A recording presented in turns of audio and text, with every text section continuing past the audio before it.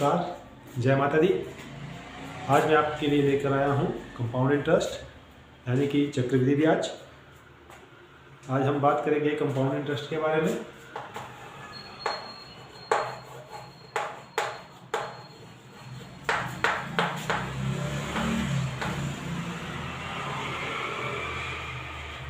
Compound interest जो कि एक बहुत ही इम्पोर्टेंट आपका टॉपिक है। तो कंपाउंड इंटरेस्ट के लिए आपको सबसे पहले अमाउंट की ज़रूरत पड़ती है। अमाउंट आप कैसे निकालते हैं तो आपको मालूम होना चाहिए पी ब्रैकेट में 1 प्लस आर अपॉन 4⁻n। यहाँ पे ध्यान दीजिएगा, ये जो ए है वो आपके पास अमाउंट होता है, ये जो P है वो आपको पहले में आपसे बात कर चुका हूँ, प्रिंसिपल, ठीक है। और इसमें आपके पास रेट है या रेट ऑफ इंटरेस्ट जो आपको मिल रहा है वो है, और N जो है इसमें टाइम, ये आपने कितने समय के लिए वो अमाउंट जो है उसमें जमा किया हुआ है, ठीक है। तो ये कुछ इसकी एक आइडेंटिटी है, यही आइडेंटिटी आपकी काम आती है। और यहाँ पे थोड़ा सा एक चीज़ और बताना चाहूँगा, ये जो हम बात कर रहे हैं ये है ईयरली। जब आपको जो इंटरेस्ट लग रहा है वो ईयरली लग रहा है। अगर आपको हाफ ईयरली अगर आप बात करें तो आपको जो हाफ ईयरली के समय में आपने क्या करना होता है, ये जो रेट है ये हाफ हो जाता है, रेट जो है क्या हो जाता है, हाफ हो जाता है। ये है ईयरली, एनुअली। ईयरली जब आप बात करेंगे तो आपका अमाउंट इस प्रकार से निकलता है, लेकिन जब हाफ ईयरली अगर आप बात करेंगे, यहाँ पे ध्यान रखिएगा जो रेट होता है वो हाफ हो जाता है, ठीक है। इसमें आपका जो रेट है वो रेट हो जाता है हाफ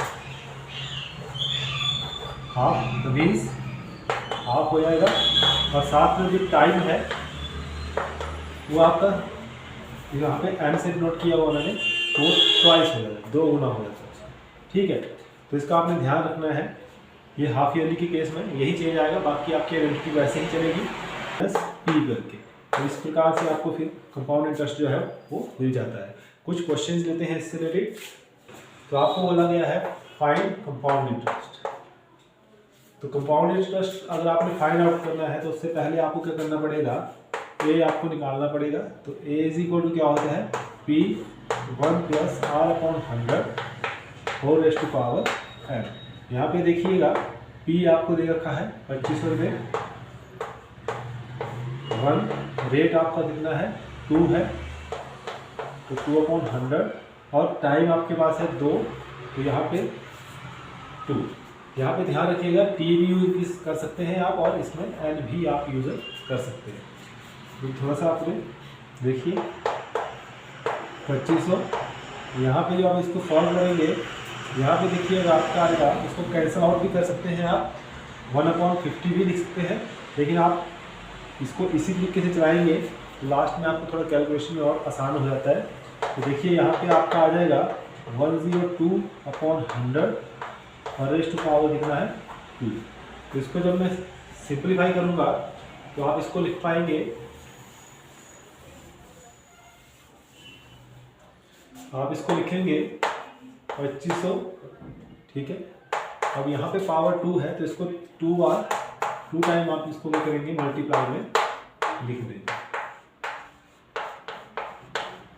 यहाँ पे 20 से 20 तो सीधे ही कैंसिल आउट हो जाएगी, और 25 से 100 भी कैंसिल हो गया।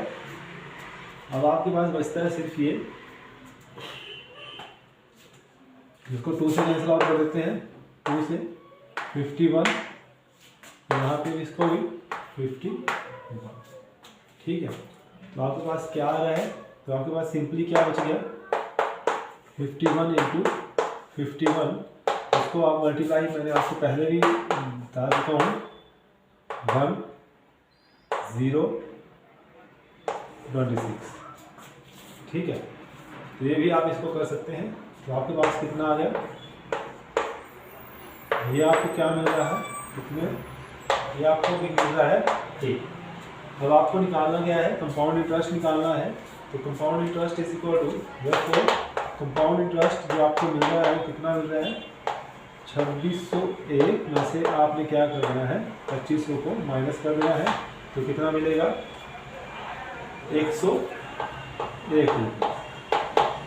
कितना जो आपको क्या मिल रहा है उसको ब्याज मिल रहा है कितने समय के लिए।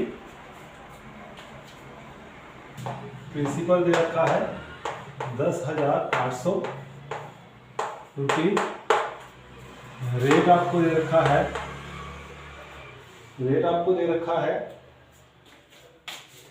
6%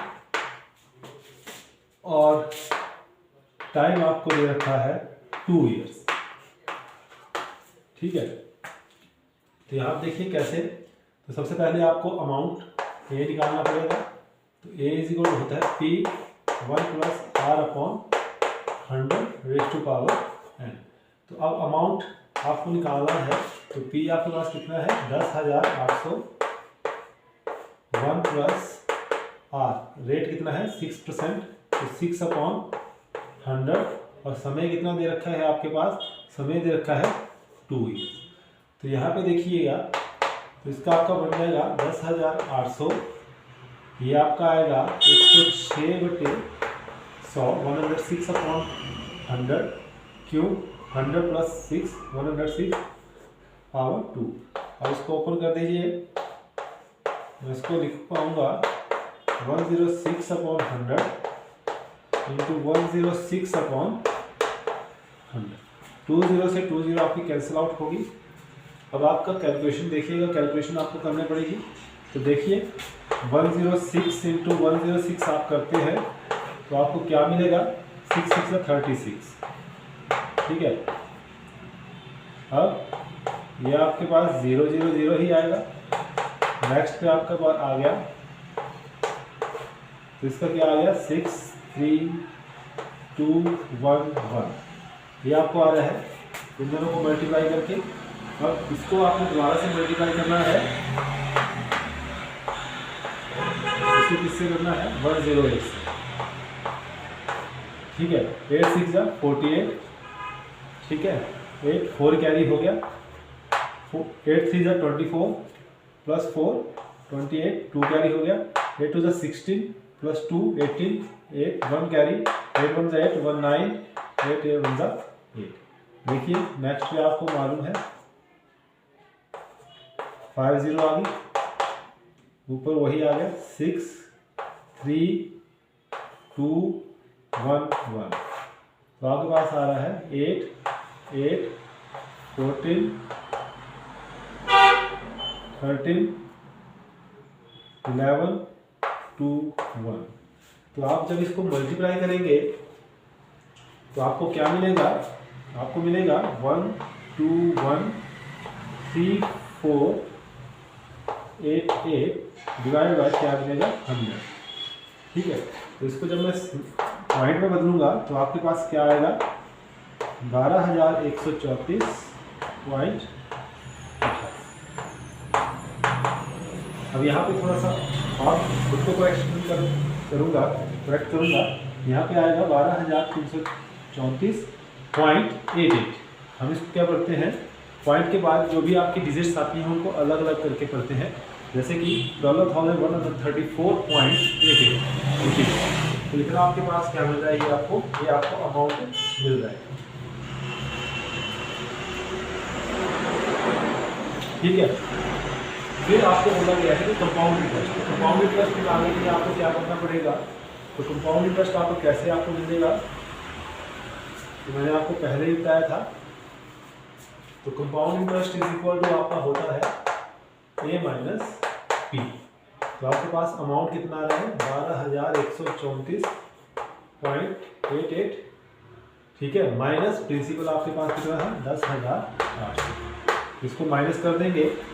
यहाँ पे भी थोड़ा सा ध्यान रखिएगा, कई बच्चे जो हैं इसको गलत करते हैं। तो आपके पास एक सिंपल सी लैंग्वेज में बोलूँगा, पॉइंट के नीचे हमेशा पॉइंट ही आना चाहिए।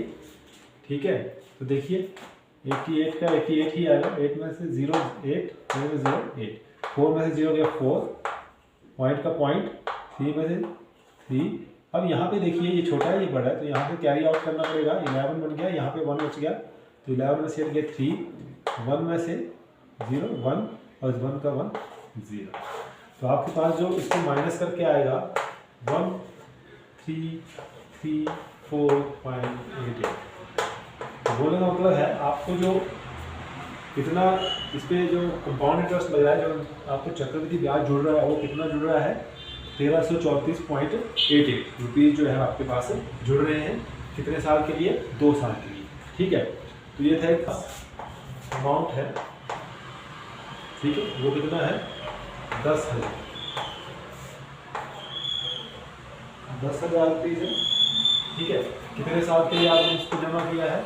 1 साल के लिए, मतलब। और रेट आपको जो मिल रहा है वो कितना मिल रहा है? 8%। और साथ में यहाँ पे ध्यान रखिएगा हाफ ईयरली मिल रहा है वो। और टाइम जो है आपको वो कितना दिया हुआ है टाइम? मान लीजिए टाइम दे रखा है 1 ईयर।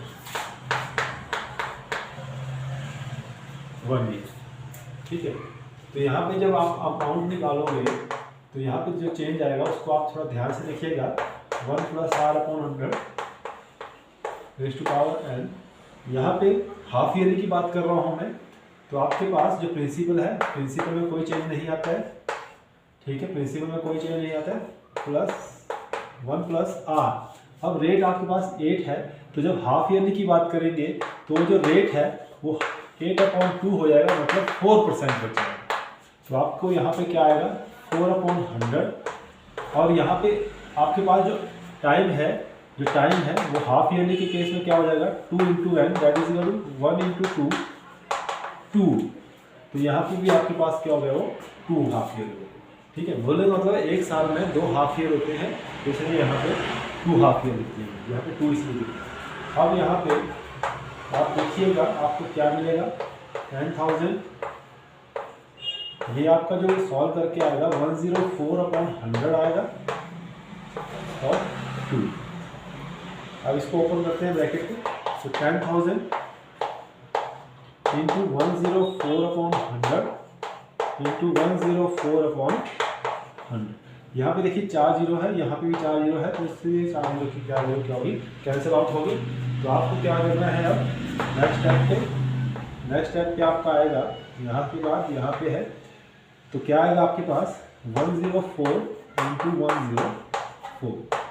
ठीक है, तो आपके पास 104 × 104 आप जब करोगे 4 हो जाओगे 60 4 बन जा 4